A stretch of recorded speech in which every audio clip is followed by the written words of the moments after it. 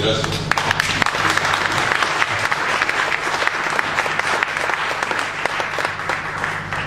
Bueno, gracias Eduardo por la invitación. Buenas noches a todos, un gusto estar acá. Aparte, un múltiple desafío. ¿Me escuchan bien atrás? Porque soy horrible con el micrófono en la mano, me lo aviso. Estoy acostumbrado a la clase en la facultad, mucha gente, muchos alumnos, sin micrófono normalmente, así que por eso tengo la voz acostumbrada a hacer esfuerzo. Y el desafío es cuando uno cambia de auditorio.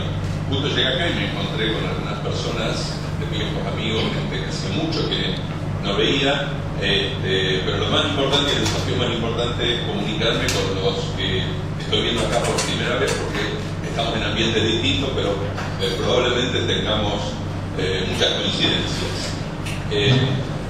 Otro de los desafíos que tiene que ver con esto es algo que me pasa normalmente, y por ejemplo, antes que dar una charla solemne o una presentación acá, abordarlo desde el punto de vista personal, que tiene que ver con algo que decía Eduardo, es ¿qué es un científico en la sociedad en general moderna y qué es un científico en Argentina y en Rosario hoy?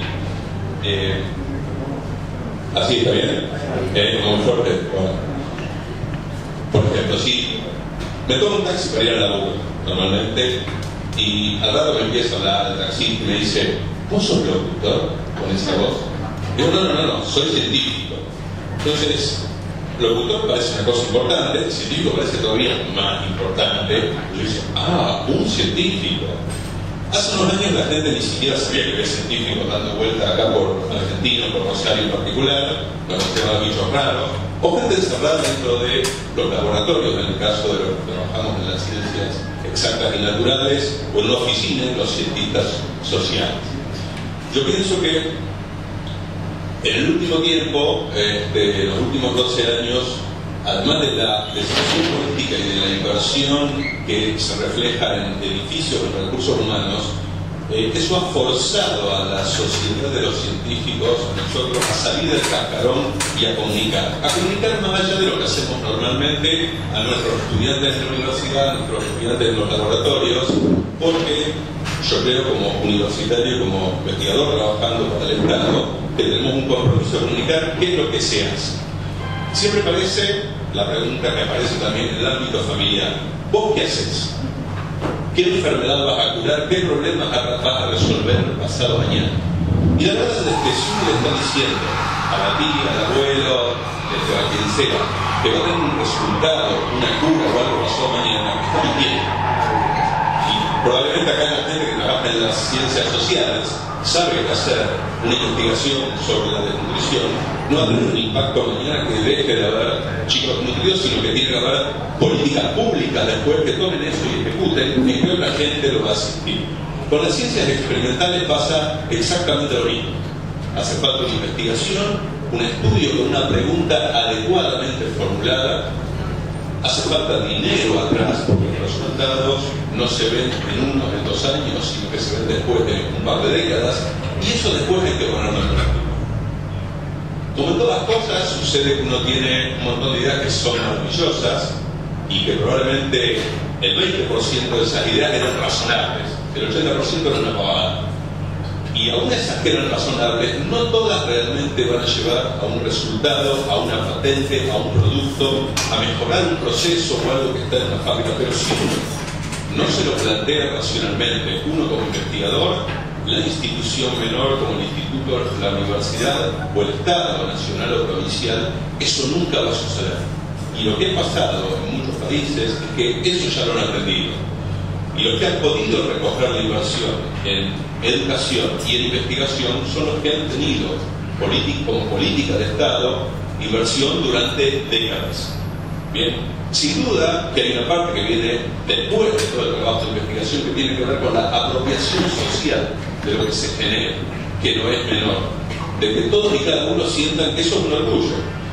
En particular en el caso de Rosario, o ponemos dentro de la provincia de Santa Fe, que representa, otro día le decía Alvaro, el 10% del PBI nacional, el Plan Federal de Infraestructura de Ciencia y Técnica, es decir, el dinero que se puso en edificios, en Santa Fe fue el 23% de la inversión en todo el país. O sea, más del doble de lo que corresponde al PBI. Y eso, ¿por qué pasó? Porque en particular acá nosotros teníamos, en Rosario sobre todo, un atraso a nivel de infraestructura y edificio gigantesco, que no se correspondía con los recursos humanos que había acá. Muchos conocen por ahí las historias, o han visto en el instituto cuando estaba en la Facultad de Bioquímica, que había una inundación y nos tildábamos. Habrán visto el Diego de Mendoza, un amigo, uno de los fundadores del IBR, salía en los medios normalmente porque estábamos en los subsuelos del Centenario, llovía y no nos inundábamos con la lluvia, nos inundábamos con las aguas servidas del Hospital Centenario, reflujábamos, teníamos todos los equipos, había millones de dólares en equipos comprados por el Estado arriba de plataformas para que no se inunden, tuvimos un montón de colegas mujeres con enfermedades autoinmunes disparadas por esa situación antihigiénica que no se podía resolver, la universidad no lo podía resolver, no estoy culpando ni a la facultad ni a la universidad por eso, porque es una inversión presupuestaria muy grande. Entonces, hoy por hoy, lo que tenemos, que creo que es un orgullo para la ciudad, es en parte de lo que se conoce como el complejo de la Siberia, es el Centro Científico Tecnológico CONICET Rosario, que está en Ocampo y Esperanza, entrando por el fin de Ocampo. Ahí en 2 años se terminarán todas las obras que estaban programadas, que son 8 edificios de institutos mixtos entre CONICET y la Universidad Nacional de Rosario. Si bien ese predio de CONICET pertenecía a la universidad y durante la época de Bruera eso fue cedido malamente a CONICET, porque era la época en que consideraban que a los investigadores que luego habían expulsado, liquidado y quedaban dando vuelta, por lo menos los sacaban de las universidades. Era la política en ese momento, pasó en Bahía Blanca, pasó en Mar del Plata, y lo hicieron acá en Rosario, sacar los que quedaban dando vuelta vivos acá de las universidades a los centros de investigación. Por suerte, aunque hoy sea este centro de CONICET, todos los institutos de CONICET aquí en Rosario son mixtos, CONICET Universidad. Yo soy investigador de CONICET y soy docente de la UNER. Y eso es importante, porque las universidades tienen que, y la política de CONICET en el último tiempo ha sido volver el CONICET, o sea, son instituciones distintas, pero que esté vinculado con las universidades. Aunque estén en ministerios separados, unos dependen del Ministerio de Educación y otros dependen del Ministerio de Ciencia y Tecnología. Entonces pienso que eso es un orgullo, algo que hay que saber, lo que está ahí, y que los resultados tangibles los vamos a empezar a ver más adelante. Hay una anécdota que siempre me gusta contar, que cuando un físico, Thomson, encontró, y voy a decir una cosa totalmente técnica, que había un campo magnético que hacía deflectar los electrones que salían de un átomo, lo presentó ante los diputados. Y le dijeron, ¿y esto para qué sirve? Bueno, eso sirvió para que hubiera electricidad. Y dijo, bueno, hoy no sé, pero es muy probable que en algún tiempo ustedes estén cobrando impuestos a partir de eso. Entonces, en ese caso, es un ejemplo en que un conocimiento muy básico que parecía no servir para nada llevó a que hoy no tengamos que estar acá trabajando con velas, tenemos los teléfonos comunicando con internet y demás. Ahora, es muy difícil, y esto lo quiero decir honestamente, cuando uno empieza una investigación, estar seguro cuál va a ser la investigación que va a llevar un producto que va a aplicar. Lo que sí creo que es importante es decirle a las nuevas generaciones que hoy acá en Argentina hay un futuro. Y me gusta poner un ejemplo de cuánto tiempo lleva formar un científico o tecnólogo. Lleva 10 años. ¿Y qué significa y por qué es importante que la política de la ciencia y técnica continúe siendo política de Estado? Supongamos que un pibe que terminaba la secundaria quería hacer una carrera en la universidad. Sin duda, en el 2001 no iba a estudiar ingeniería, biotecnología, iba a estudiar, disculpen si hay abogados o contadores en la audiencia, iba a estudiar abogacía, economía, contadores, pero pero es lo que pasó, hemos tenido superpoblación históricamente de esas carreras y ha habido un vaciamiento de las carreras técnicas. No estoy pidiendo que no vayan más abogados, por favor, no se la agarren conmigo, me van a pegar. Ahora, en el 2001, ¿quién podía convencer a un pibe de 17 años que iba a tener futuro estudiando alguna de esas cosas? Probablemente, y nosotros lo vimos en nuestra facultad, vimos cómo fue evolucionando la matrícula de los que entran en primer año en la licenciatura de biotecnología, en bioquímica y en farmacia. Supongamos que en el 2004 o 2005 ya podía haber la decisión de que alguien que terminaba la secundaria empezara esas carreras. Esas son carreras que llevan formalmente 5 años. Acá hay un biotecnólogo en la audiencia que va a poder garantizar que en 5 años uno no se recibe, porque es duro, ¿no, Lucas? Y después, para formarse en investigación, si quiere hacer un doctorado o entrenarse en algo tecnológico, va a necesitar 5 años más. Es decir, que para tener un científico formado, y estoy hablando del área que yo conozco, que es biotecnología, a partir de que termina la secundaria vamos a necesitar 9 o 10 años para que esté dispuesto a hacer un emprendimiento o a formar algo. O sea que recién ahora, en el 2015, en el 2016, vamos a tener una primera generación de jóvenes formados en el país, o también inclusive parcialmente en el exterior, que puedan aprovechar esta política integralmente. Los que ya estábamos en el sistema estábamos. Yo les puedo contar después un poco mi historia personal, pero con historias personales individuales sabemos que uno no va a cambiar la historia, si bien creo en la voluntad de los hombres, como calculo que muchos de ustedes de acá, pero lo que realmente tiene un impacto a largo plazo es cuando hay políticas de Estado. Entonces nosotros vamos a empezar a aprovechar recién en la próxima década los frutos de la inversión de la década que está terminando. 12 años. Y la otra vez una discusión, alguien decía la década de ganar, decía que no, la década de la docena, como se hablaba de los huevos por docena, que hay una discusión, quiénes cuentan por 2 y quiénes cuentan por 10.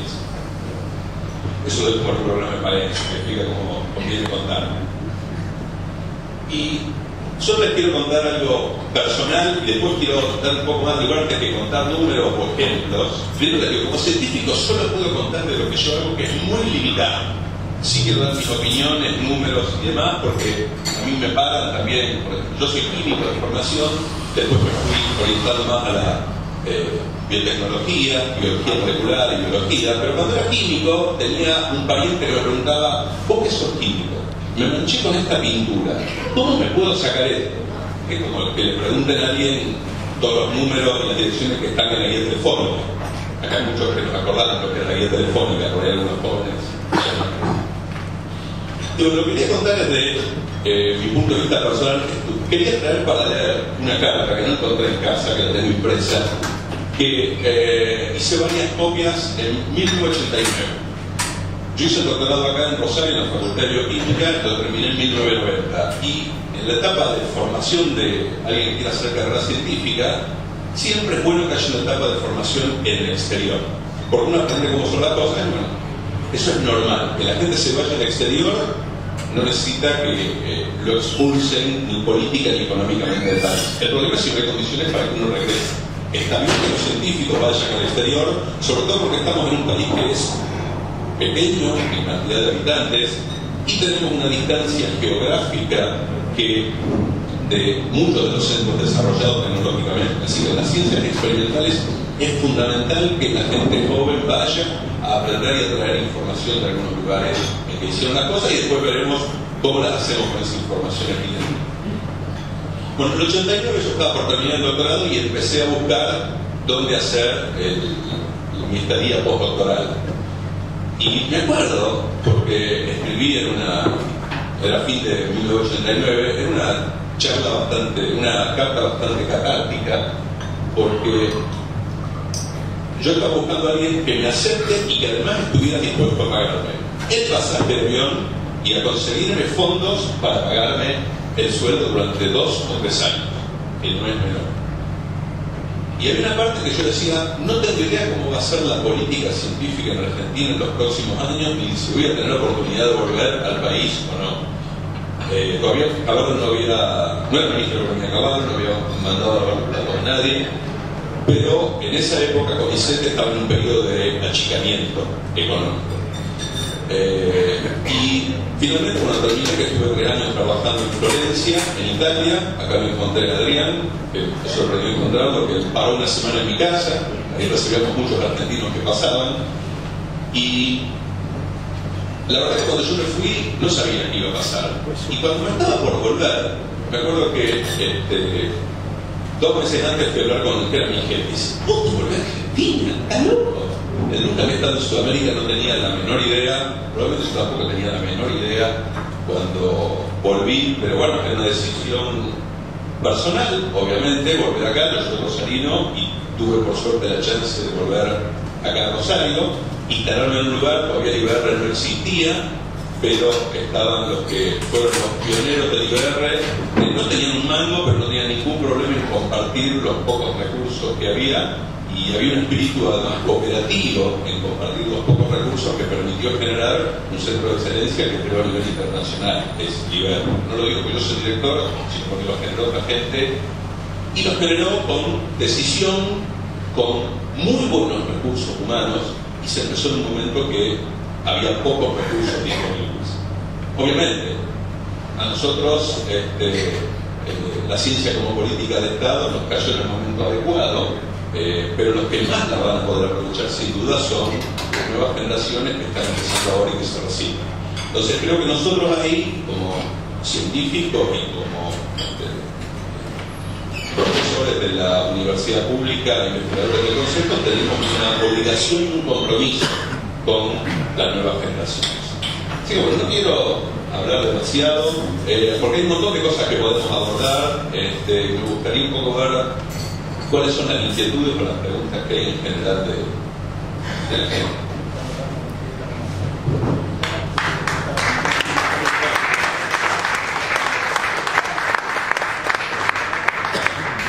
Te cuento, el IBR en particular, el Instituto de Biología Molecular y Celular de Rosario, somos en total casi 250 personas trabajando, es un número no menor, es casi el 20% de todo lo que es Comiseta en Rosario, y me toca lidiar con los egos de 200 o 200 y pico de personas trabajando ahí, que no es fácil los egos del sistema científico. Mi esposa es actriz y siempre dice, ustedes los científicos son peor que nosotros, porque Moria y Graciela Alfano cuando se pelean. Y sí, porque en verdad cuando el científico entra en el sistema está guiado por su ego. Y eso es importante porque tiene que haber un aliciente, así como el emprendedor quiere ganar plata, el científico quiere reconocimiento. Y la clave está en encontrar en el balance de que el científico tiene que tener el ego y la curiosidad por encontrar algo y el compromiso con la sociedad que está financiando eso, su educación y devolver eso. Y creo que en Argentina en el último tiempo estamos encontrando entre la dirigencia política y el sector científico-tecnológico un balance que se está bastante cercano a llegar a muchos casos de éxito en un tiempo relativamente corto, porque las relaciones entre el mundo académico y el empresarial no tienen muy buenos antecedentes acá en Argentina, pero se está avanzando mucho. Y yo quiero tomar entonces 2 ejemplos de 2 casos paradigmáticos dentro de nuestro instituto de cómo, o 3 voy a contar, la curiosidad de resolver un problema llevó a cosas que pueden generar muchos recursos para el país. Nuestro instituto es muy fuerte en trabajar en bioquímica y biología molecular de plantas y microbiología. Estudiar los bichos porque nos agarramos las infecciones y demás. Una de las líneas, que es la línea de... No voy a hablar de ninguna de las investigaciones que hago yo porque me parece, como director del instituto, hablar de lo que hacen otros colegas es mejor. Diego de Mendoza, el antiguo, uno de los fundadores del instituto y anterior director, Diego es un microbiólogo. Y él dice, yo trabajo en una bacteria, siempre los que trabajan en bacterias trabajan en las bacterias que causan infecciones. Y hay un problema para resolver que tiene que ver con salud pública. Si yo trabajo en Bacillus subtilis, una bacteria que probablemente la mayoría no conozcan, dice que es un bicho que crece en el suelo que no sirve para nada. No enferma a nadie, tiene olor a pata y no sirve. Pero lo que estuvo haciendo durante 25 o 30 años Diego es tratar de entender por qué este bicho, las bacterias, no son ni gordas ni flacas. No tienen obesidad ni tienen anorexia. Y tienen grasas. Yo también quisiera saber cómo se hace, pero bueno. ¿Para qué sirvió esto, aparte de la curiosidad y el ego en particular de Diego de Mendoza?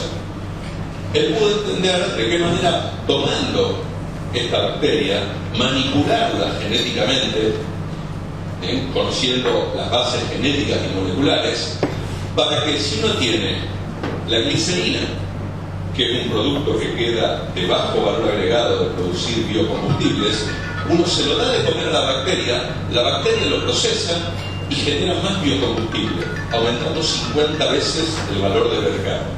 Y lo bueno es que eso se hace en un reactor biológico que no contamina el medio ambiente. Entonces, si Diego no hubiera aprendido cómo hacen las bacterias para metabolizar, para comerse y escupir las grasas, no habría podido hacer esto, que es una empresa de base tecnológica que está radicada también en el centro de ahí en el CONICET de Rosario. Otra de las cosas importantes que tienen que ver con nuestro grupo tienen que ver con plantas. Y en el caso particular, Néstor Carrillo, otro de los pioneros del instituto, se preguntó, todos sabemos que las plantas hacen fotosíntesis, eso lo aprendimos, que hacen fotosíntesis con las plantas, y vio que tenían algunas diferencias que vinieron de la evolución, porque las bacterias murieron antes que las plantas. Entonces hizo como un juego en que cambiaba genéticamente piezas de las bacterias y las ponía en las plantas, y encontró que algo que las plantas perdieron en la evolución y que está en las bacterias que hacen fotosíntesis, cuando uno las pone en esas plantas, pueden resistir un terreno que no tiene hierro, o pueden resistir un terreno con 3 días de sequía, o un terreno con pocos nutrientes.